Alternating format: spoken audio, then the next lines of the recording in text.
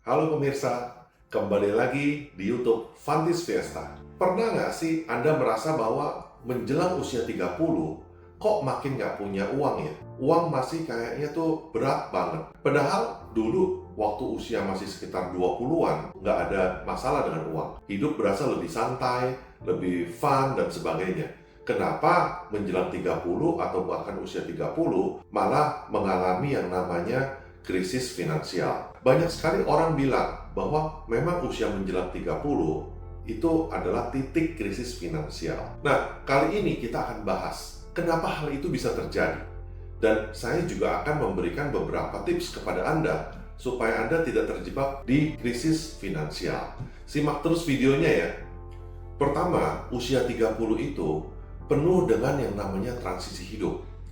Banyak sekali yang mulai menapaki karir yang lebih serius, kemudian mungkin juga naik jabatan, kemudian mungkin juga merit, atau memulai usaha baru atau bisnis baru, dan sebagainya. Di mana itu semua menimbulkan beban tanggung jawab yang berbeda tentunya.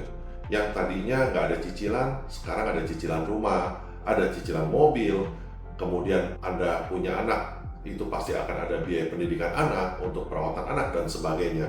Nah, pengeluaran yang dulunya fleksibel sekarang menjadi lebih rigid. Karena apa? Karena prioritas hidupnya udah berubah, pemirsa. Intinya, di usia 30-an ini, kita nggak cuma mikirin diri sendiri, tapi kita juga ada beban tanggung jawab ke orang lain, keluarga kita, atau anak kita, dan sebagainya. Dan untuk masa depan juga tentunya. Nah, kadang pendapatan kita itu belum lebih besar atau belum sebanding dengan pengeluaran kita tiap bulannya. Nah, itulah salah satu pemicu kenapa bisa terjadi krisis finansial di usia 30-an. Masalah yang kedua, itu datang dari kebiasaan finansial di masa lalu tentunya. Banyak orang di saat usianya 20-an, itu gaya hidupnya konsumtif. Beli ini, beli itu, barang branded, dan sebagainya. Kemudian lupa nabung, jalan-jalan terus, foya-foya, dan sebagainya. Itu usia 20-an. Kemudian, belajar investasinya pun terlambat, sehingga uangnya tidak berkembang dan nggak punya dana darurat, alias tidak mempersiapkan dana darurat sejak awal. Nah, ketika semua ini menyatu dengan tanggung jawab di usia 30-an, tentunya tabungan akan menipis, sampai bisa-bisa utang malah menumpuk. Nah, krisis finansial lah yang akan terjadi kemudian. Nah, contoh, bayangin, kamu punya cicilan rumah, kemudian anak mau masuk sekolah, tapi tabungan darurat cuma cukup untuk 1 dan 2 bulan saja. Gitu juga kejadian yang tidak terduga, misal kehilangan pekerjaan, ada sakit, dan sebagainya, itu yang akan menimbulkan stres finansial.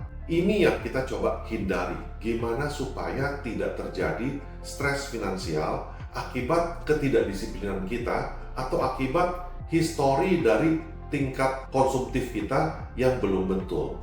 Selain faktor finansial murni, tentu ada faktor lain yang mempengaruhi, yaitu psikologi dan tekanan sosial.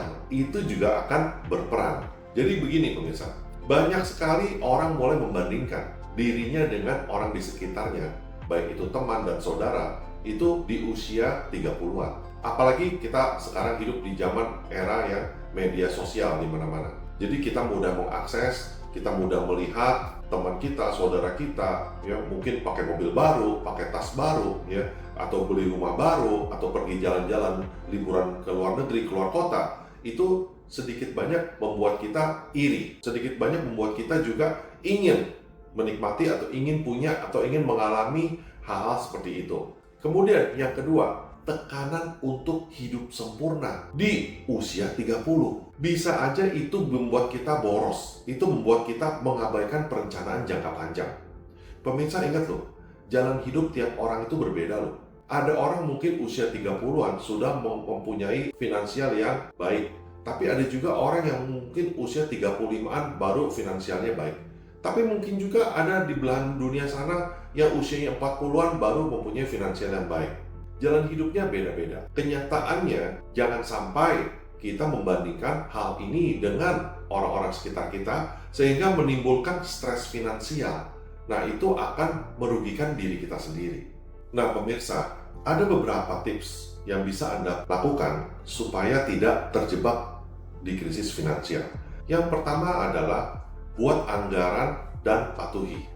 Jadi Anda catat semua, baik itu pemasukan, income, ya, kemudian pengeluaran, kemudian Anda bedakan mana yang merupakan kebutuhan, mana yang merupakan keinginan, itu Anda siapkan yang pertama. Kemudian yang kedua, Anda harus menyiapkan dana darurat. Anda tahu dana darurat itu sangat penting, minimal 6 bulan dari pengeluaran kita, supaya apabila sesuatu yang buruk atau sesuatu yang tidak diharapkan terjadi secara tiba-tiba, Anda tidak mengalami stres finansial. Kemudian yang ketiga, mulailah belajar investasi sejak awal, ya. Bukan hanya belajar loh, pemirsa, tapi belajar dan mulailah untuk berinvestasi sejak awal. Kenapa? Karena sejak awal Anda memulai, sejak itu pula efek compounding, ya, Anda akan menerima itu. Kemudian yang keempat, hindarilah utang yang konsumtif. Kalau Anda memprioritaskan cicilan rumah untuk pendidikan, itu sudah benar. Tapi kalau Anda sering ganti gadget, kemudian konsumtif yang lain, itu Anda tidak benar. Jadi itu yang harus dihindari, yaitu utang konsumtif. Dan yang terakhir adalah evaluasi gaya hidup Anda dan mindset finansial tentunya. Jadi jangan sekedar ikut-ikutan, tapi fokus ke perencanaan keuangan Anda jangka panjang. Nah, dengan kebiasaan-kebiasaan ini, Anda akan terbebas dari kemungkinan mengalami krisis finansial di usia 30. Jadi pemirsa, usia 30-an nggak harus menakutkan seperti itu. Jika Anda sudah pahami tantangannya seperti apa dan sudah menyiapkan strategi. Anda juga harus kenali kebiasaan finansial Anda seperti apa, kemudian ubah mindset Anda dan mulai bertindak dari sekarang.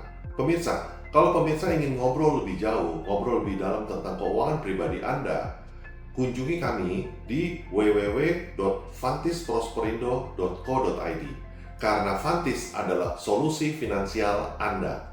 Selamat pagi.